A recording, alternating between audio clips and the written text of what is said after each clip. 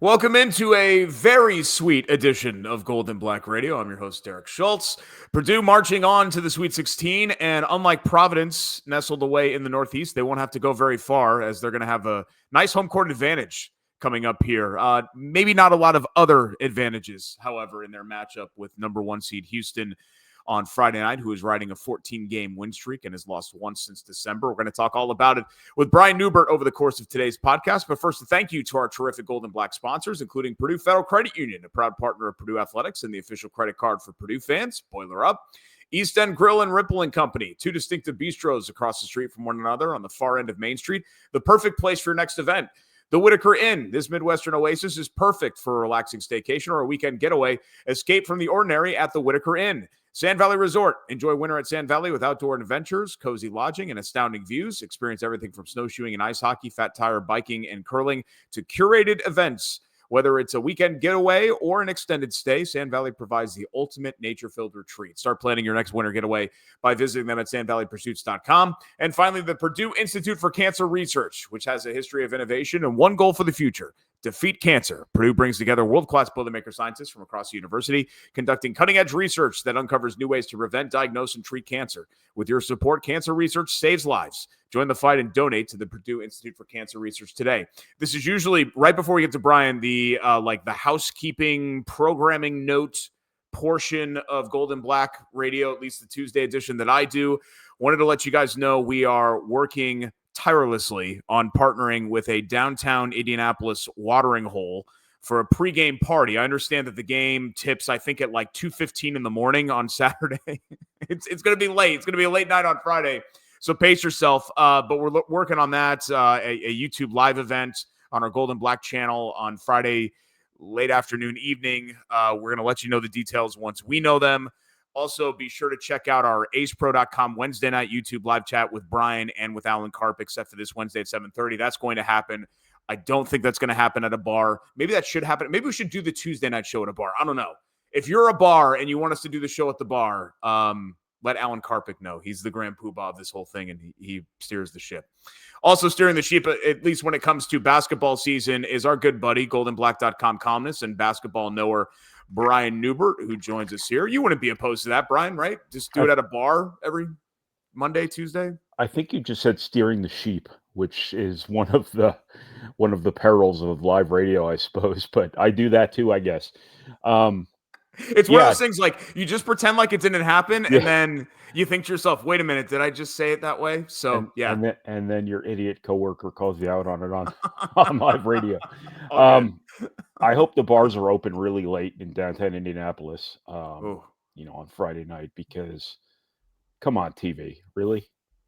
Like, I mean, I know that somebody's got to play at every time slot to make sure everything's staggered and people cannot leave their TVs from 1 o'clock in the afternoon or whatever it is to 2 o'clock in the morning. But come on, guys, really? Yeah, Purdue, and Houston they say 10 p.m. Yeah, they say that there's a 0% chance that exactly before 10:30. The NCAA tournament has a funny way of 10 p.m. turning into 10:45 p.m. Yeah. I covered a game in Hartford years ago, the one where Nogel Eastern tore his Achilles before the game and then was perfectly fine at halftime. That's right. That was a strange night. That game tipped off at 10:45 p.m. And college basketball games aren't getting shorter; they're getting longer. So, yeah, if Purdue and Houston have to wait for this game or that game to finish up, it's not going to be 10 p.m. It's going to be later than that. Yeah, and it's Eastern versus Central, right? I mean, like, I could almost live with Arizona, Oregon the other night being the last game because it was Arizona, Oregon. So I'm like, okay, this makes sense that it's 11:30 and Arizona, Oregon still has 6.5 minutes left. Whereas it just doesn't make a lot of sense that a Purdue-Houston game would be going that late. But we're both old, and there's not much to complain about, Brian, after those performances in Providence. We talked for weeks about Purdue refining its January form, and I think while we saw it in spurts and halves, like we saw it in moments over those 6 weeks, we just didn't really see it over 40 minutes. And yes, I understand that the game against McNeese had some dry spells, especially for them offensively. But I thought the defensive intensity was turned up to a 10 basically for 40 minutes straight. And while I get that McNeese and High Point aren't Michigan and Wisconsin, Purdue really was barely challenging either of those games. I mean, we talked about it before we started the show. High Point went to the line trailing by 3 for a 1-1, and the thought of Purdue losing that game never crossed my mind, not once. And of course, the McNeese game as well. I mean, the announcers made it feel like it was a lot closer, and that game never really got closer than 16. Did you see some January Purdue out there in Rhode Island? Was that what you were looking for? Yeah. I thought Purdue's energy, Purdue's urgency defensively, Purdue's connectedness, I think we're all there. Its rebounding intensity obviously was there. And, their offense kept trucking. Their offense kept doing what their offense does. Trey Kaufman-Ren's a great player. Braden Smith's a great player. They made threes. The wings all played well. Everyone played well. Everyone who played well. And it's just exactly what you wanted to see. And you wanted to see it over 40 minutes, and Purdue got 80 straight minutes of it, basically. As you said before, High Point and McNeese State, there was never really a moment in either of those games where I thought Purdue was in jeopardy. Even when High Point got the score, pretty close there in the second half, I just didn't think it was. I think they were overmatched. And they weren't overmatched because they were by-game program names. They were overmatched because Purdue was that good.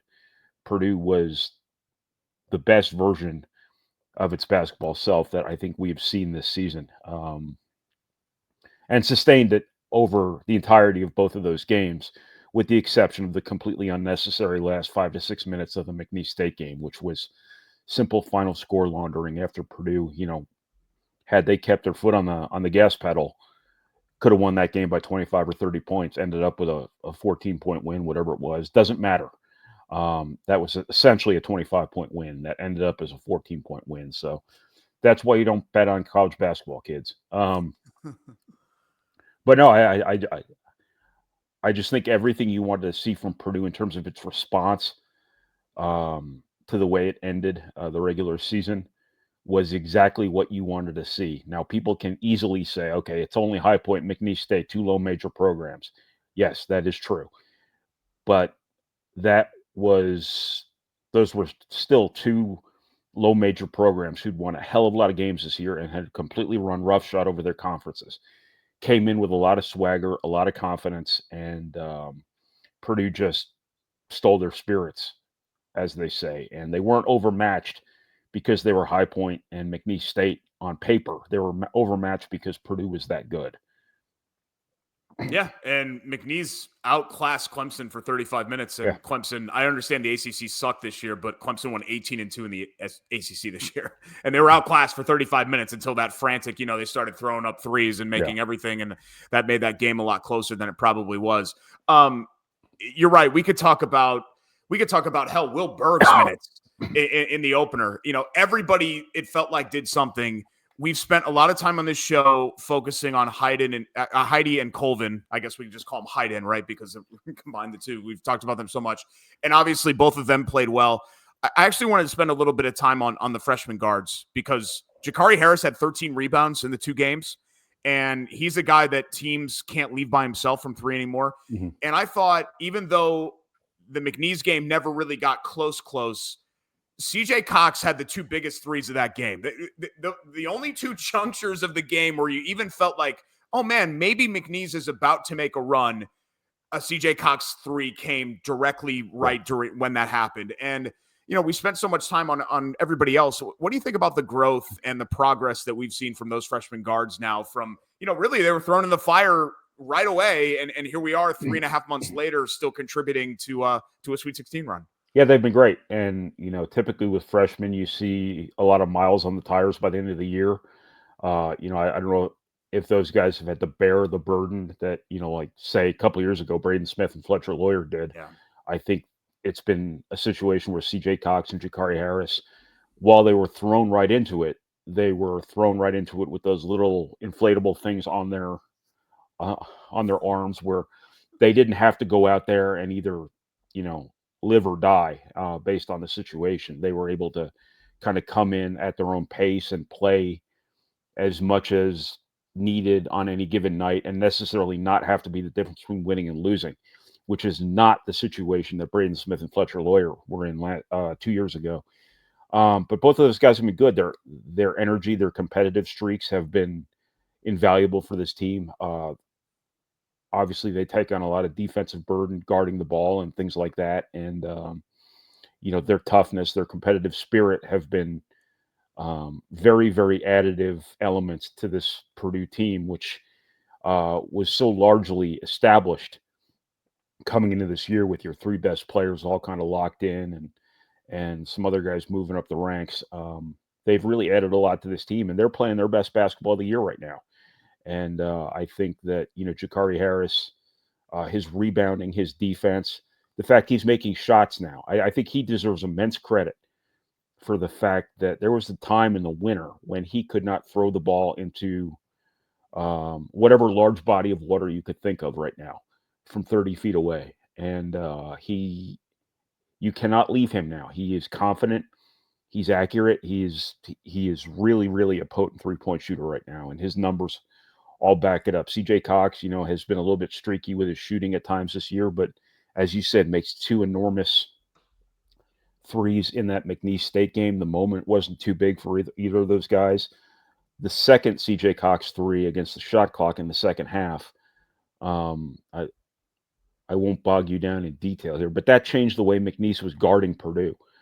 I've got it all detailed in my review that's up on our site. You can go and find it, but it changed the way that McNeese was guarding Trey Kaufman-Renn because they couldn't leave Cox anymore because he made that three against them at the end of the shot clock. Really, really important that, Purdue has guys on the floor who are making shots, and both of those guys are holding up their end there, and they're just playing with a toughness, a competitive spirit, and an energy that, have really filled in some gaps for Purdue and made them a deeper and more complete team than they were, a couple of weeks ago. Yeah, and it doesn't sound like much. I think I checked, and Harris is up to a 31% free throw 3-point shooter for the season, which at one point this year, Brian, I thought he was going to be a 3% 3-point shooter. So 30% might not seem like much, but considering where he was, I think it's a market improvement. How much do you think the experience matters? Not for Harrison Cox, obviously, but I thought about the fact that Saturday was Cam Heide's 7th NCAA tournament game. I mean, it's insane to me that, and obviously, Lawyer and Smith as well, having been through the highs and the lows of what we've seen so far, Trey Kaufman-Renn as well. How much do you think that plays to their advantage? Well, I think it definitely helps. I think that, I did a radio show on Sirius XM the other morning, and they asked me about Purdue's history of losing to double-digit seeds. And I wanted to kind of say, we're still doing this, really? They played for a national title last year, and we're still talking about double-digit seeds. But, a couple of years ago, when you look at, like, St. Peter's and when you look at Fairleigh Dickinson, those teams came in with kind of a swagger, kind of like a desperation, kind of like we have nothing to lose, so to hell with everything around us. We're just going to play with an energy, and we're going to really take it to Purdue and things like that. And I think when you look at what Purdue's done these last two NCAA tournaments in terms of Grambling, in terms of Utah State, and then the two teams they just beat in Providence, that could have been the same sort of situation. But I don't think Purdue was fazed at all by these other teams' swagger. And we've been here before. We can handle this. We're better than these guys. If we just worry about Purdue, we're going to win. And if we're just as sharp as we can be and focused as we can be, we're going to win. If we have the belief that we are really good and we play that way, we're going to win. And I think that's what you kind of saw in Providence with these two really business-like wins for Purdue. People will probably look at what Purdue's done the last two first and second rounds and look at the names on the programs. But that's not Purdue's fault. All you can do is play who's right in front of you. And if you have a problem with something, blame TCU for losing to Utah State and blame Clemson for losing to McNeese State. But those teams are dangerous. They're often smaller. They're often more energetic. They have just, as I keep bringing up, they have just destroyed everything in their path for like 3 months. And when teams like that come in and they've got a certain swagger about them that if you're not careful, you let them get their heads up, bad stuff can happen. And to Purdue's credit, they never let High Point get confidence. They never let McNeese State get confidence, and they just rolled right through them. Yeah, I mean, people can bring up St. Peter's and all that. I still think that there is a common misperception that St. Peter's was a first-round game. Yes, there absolutely is. People don't realize and that. People don't understand. I think Purdue would have been better off just losing to Texas in the second round, who I think was their opponent that year, which – it's kind of like LeBron in the NBA finals, right? You have to make the finals to lose in the finals. And sometimes, you lose in the Sweet 16, you still made the Sweet 16. Purdue has 6 now in the last 8 years. That's 6 more than Wisconsin has. If people want to go check out what Wisconsin has done in the tournament and losing to James Madison and double-digit seeds and all that, I mean, they can. Look, I fully understand, and I talked about this after the game. I fully understand FDU, and, Matt Piener even said it, right? You got to sit in it. And it's the biggest upset of all time. It's several magnitudes bigger to me than the Maryland, whatever it was, UMBC, whatever whatever the acronym Virginia was. just hired their coach too, which is hilarious. Yeah, isn't that crazy? Everything goes in full circle. But you look over, and Matt Painter's been at Purdue for 20 years now, and you go through year by year. Like, go back and look. Like, take some time tonight after you listen to this podcast. You could easily find this stuff. Purdue men's basketball NCAA tournament history. Look where Purdue was seated and look how they performed. And far more often than not, Purdue has performed 2 seed or even above seed. The 2019 run, that was above seed. Purdue was a 3. They beat a 2. They should have beaten 1. Mm-hmm. There have been a couple of other years like that where they've beaten a team that's seated higher than them. And yes, North Texas and St. Peter's and FDU, it all came in a 3-year bunch. But outside of that, I think this team has done very, very well overall. Matt Painter's done a lot better in the tournament than Gene Cady did with the 1 seeds that he had not even making the second weekend. So, I hope that we're past this. I do think that that's going to be a narrative and a label that Purdue just and teams go through it. I remember going through this with Pitt. The Jamie Dixon Pitt teams were always a team. Oh, you don't want to pick them because they always lose. And you just kind of keep going. But I thought making the national title game last year and then losing to like one of the 2 or 3 best teams of this century in that UConn squad would have helped people move on. But I guess, I didn't mean to get off on a rant about that. I started it, so. So here we are. Purdue's in the Sweet 16. And I think even in the preseason conversations about this team, and I understand that they were picked to win the Big Ten and they fell pretty well short of that. Most Purdue fans would have signed up for a Sweet 16 in the immediate post-Zach Edey world. Like a lot of the Purdue fan friends that I have, when I asked them, hey, what do you hope for this year? It was contend for the Big Ten and get to the second weekend. Mm-hmm. Like universally, that was what people wanted to do.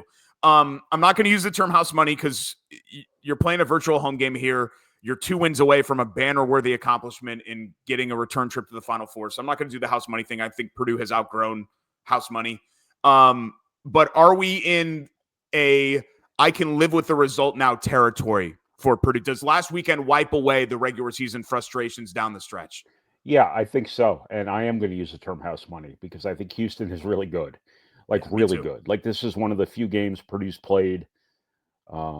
This is similar to UConn where it's Purdue is a decided underdog.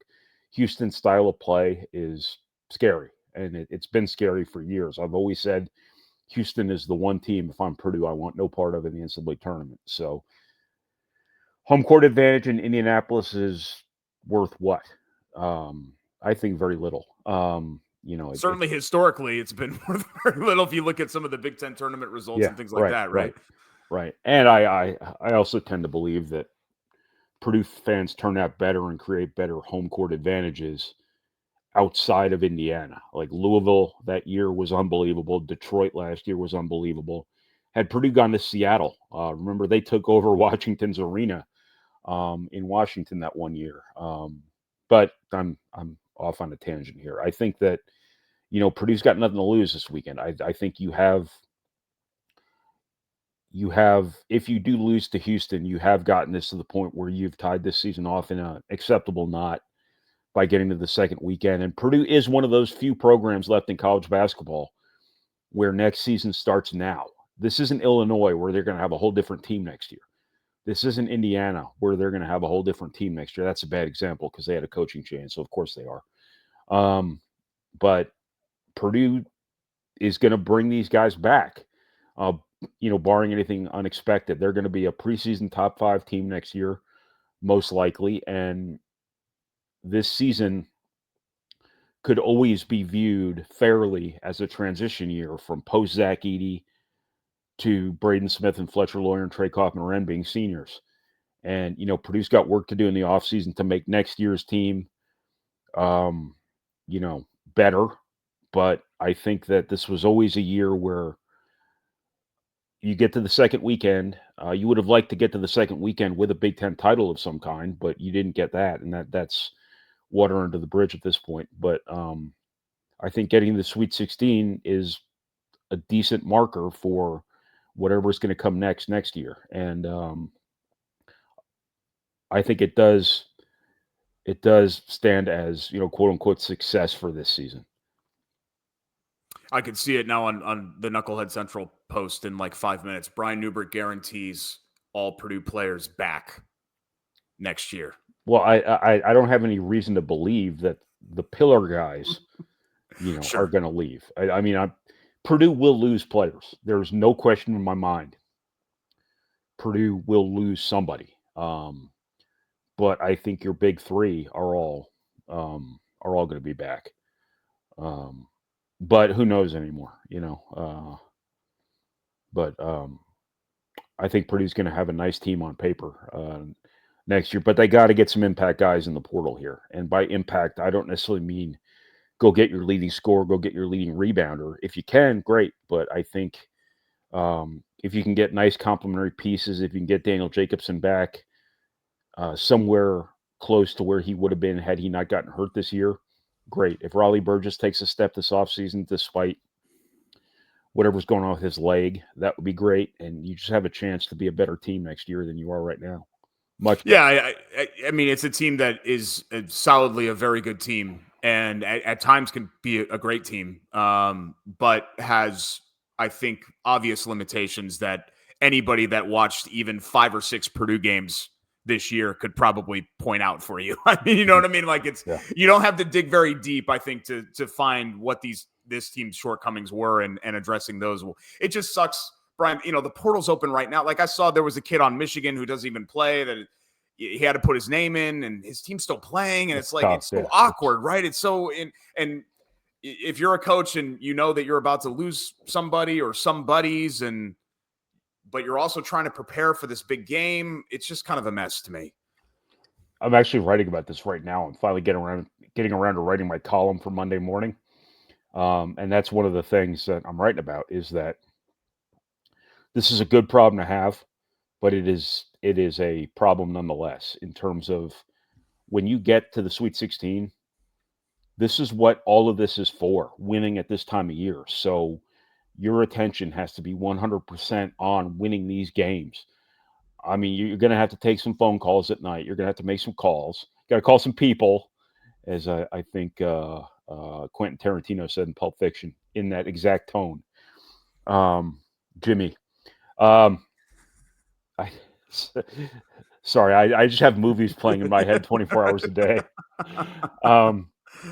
No, so I think, Purdue's going to have to, be on the phone with some kids, some handlers as well, some go-between sort of people to try to get some interest drummed up from some of the people who are going to want to recruit. Probably, I don't know if you start trying to set up visits yet, or if you can even look that far ahead right now when you have NCAA tournament games to try to win. But you also need to know what you need. And as long as Purdue's players who might be wanting to leave or intending to leave, or it would be in their best interest to leave. And I think it's going to be more of that sort of guy that would leave as opposed to somebody looking for a big fat bag of money or, something like that. I think that, Purdue could use answers in terms of how many guys they might want to replace, because you have to have a plan going into this. And I'm sure, you always have like a loose idea of what might happen. But when the season ends, you sit guys down and you say, all right, what are you going to do? And if this guy says, I'm leaving, then okay, you start mobilizing to get another one of those. And there might be a couple of those in this situation. And, for the players too, you don't want to be the last marble on the board because a lot of these dudes know a lot of these dudes who are going in the portal know where they're going already because that's sort of the sausage factory that is the transfer portal. So a lot of these spots that are open are going to get occupied very quickly. And the longer you wait to get in the portal, the more likely it is that you're walking into a suppressed market. Now, what I just said about, a lot of these guys transferring already know where they're going. I'm not ruling out that possibility too for Purdue. I'm not saying I know that's the case, but I'm saying that things can be done covertly before they actually see the light of day. So it's entirely possible anybody sitting on Purdue's bench right now who is going to look for a place to go play next year might already have an idea where they're going. Might, emphasis on the word might. But nevertheless, once their name is officially in the portal, which is becoming kind of superfluous, the portal is pointless. Anybody can just drop out of one university and re-enroll at another. It's just a formality. But I think that it gives an advantage to the people who aren't playing right now, which is kind of counterintuitive. It's sort of like the worst teams getting the best draft picks, although that's to create parity when nothing the NCAA has ever done, ever, has had parity in mind. But it does kind of give people who didn't make the NCAA tournament or got beat very quickly a little bit of an advantage in that regard. But it also gives an advantage to their players who want to leave too. So it is kind of a complicated landscape right now, but there's no good answer to this. Because a couple years ago, I went to an open period grassroots event in Indianapolis during the first weekend, which would normally be packed to wall with coaches. And there was like nobody there because so many coaches were still on their campuses because they had transfers visiting. And that didn't make any sense. So they had to move the date up. And now it's just here. So 16 teams are affected by it. And but you'd rather be one of those 16 teams than not, because as I said before, everything you do for 12 months a year is geared toward winning right now at this time of year. So it is a good problem to have, but it is a little bit of a problem nonetheless. We are saved from not having any non-power fours. We are saved from a mid-major team having to deal with this while they're in the Sweet 16, right? So, part of me is kind of like, yeah, you know what? The power fours, you get to, great. I'm glad that it's 16 power fours because now all 16 of you have to deal with this. And, McNeese or somebody like that doesn't, even though obviously most of these guys are just going to jet with Will Wade or jet somewhere else. Or, we saw it with the FAU team that made it. I think, how many FAU guys are still in this tournament? Like 4? Nelly Davis, Yeah. Vlad Golden. Is there another one? I feel like I'm missing one there. I think there might be one more. I just can't remember. Yeah, who it is. I'm going to be mad at myself when I don't remember. But yeah, I do remember those two. Yeah, no, I mean it is really hard to advance in the NCAA tournament anymore as a mid-major. You have to do it with a team like McNeese State had, where you got a bunch of second or last chancers who, have a great coach who you only got because of his baggage in Will Wade. And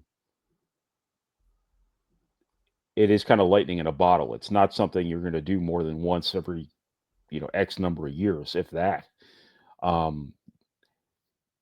You look at what McNeese State got out of this from a notoriety perspective, and it's not something that's replicable at the mid-major level. If you recruit kids out of high school and you get good players, you're not going to keep those players.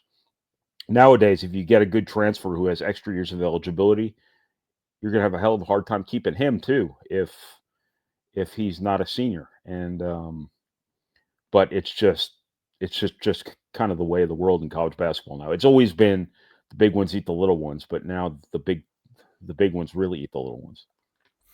Yeah, and I think it's not to start and end this pod with old man get off my lawn. We're starting to talk about late tip times and NIL and the transfer portal, but it has, I think, taken some of the juice out of this event. Like, to me, the spirit of this event is not to have 7 SEC teams, 4 Big 10 teams, 4 Big 12 teams, and an ACC team. It's just not. I don't need it to be chaotic. I don't need it to be the tournament from 2 years ago, but I need a little bit of variety. And, the biggest like seismic moment of this tournament would have been the 2-time champion upsetting Florida. And I'm like, see, even that doesn't do anything for me because it's UConn. So I do hope, the conventional wisdom is that if we get chalk and we get all the big boys, then we're going to have great games in the regionals. We'll see. Hopefully we do, starting on Friday night at 10:30. The shocking underdog upset of the weekend was what Arkansas beating St. John's. Yeah. You know what Arkansas's NIL budget is? Do you know the payroll of that team right now? Millions. And that's your underdog nowadays. With John Calipari as the head coach. With John Calipari as the head coach, yes. So it is a very different deal. That's where we are, I guess. Purdue and Houston, 10:30-ish. The very last game of the regional semifinals on Friday in Indianapolis. You can catch Brian's coverage, his wrap, his video analysis, even the drive home in the car pod, even though it's more like the empty, cavernous football stadium pod after the game right here at goldenblack.com. We'll see you next week. Safe travels down 65 to Indy this week, Brian. Thanks, Derek. Appreciate it, man. That's our buddy Brian Neubert, and that is our show, this Tuesday edition of Golden Black Radio. As I mentioned, keep your eyes peeled, your ears open. Keep a watch out to see. We may have a special edition show coming for you Friday from a undisclosed location, which we will disclose once we know it, in downtown Indianapolis, and we would love to see you in person. If you're a longtime listener to the show, you're a Purdue fan, whatever else, come by and give us a high five and listen to us talk Boilers and hang out before Purdue takes on top seed Houston in the Midwest Regional down the street at Lucas Oil Stadium. Want to thank our tremendous sponsors one last time. Thanks to the Purdue Federal Credit Union, the official credit card for Purdue fans. East End Grill and Ripple & Company, 2 distinctive bistros across the street from one another on the far end of Main Street in Lafayette. The Whitaker Inn, for unparalleled comfort and cuisine, visit the Whitaker Inn. Sand Valley Resort, enjoy winter at Sand Valley. Start planning your next winter getaway by visiting sandvalleypursuits.com. And the Purdue Institute for Cancer Research, which has a history of innovation and one goal for the future: defeat cancer. Join the fight and donate to the Purdue Institute for Cancer Research today. And don't forget to sign up to become a member, if you haven't already, for the best Purdue coverage right here at goldenblack.com. So we know that we'll see you next Tuesday. Maybe we'll see you on Friday as well. Don't forget Alan and Brian on YouTube Live edition on Wednesday. I believe they'll still do the Saturday simulcast. I guess that will be a recap a little bit of the Sweet 16 game as well. And, of course, keep it locked, goldenblack.com. Brian is just killing it. The video wraps are awesome. I love the instant react stuff, the post-game stuff. All of it is really, really strong coverage. I know I'm drinking the Kool-Aid. I'm a homer here at goldenblack.com, but it really is the best Purdue coverage that you're going to find. So if you're not already a subscriber, go ahead and knock that out just in time for Sweet 16 weekend. But for the entire crew here at GBR, I'm Derek Schultz. Hope you enjoyed it, and we will see you next time right here on Golden Black Radio.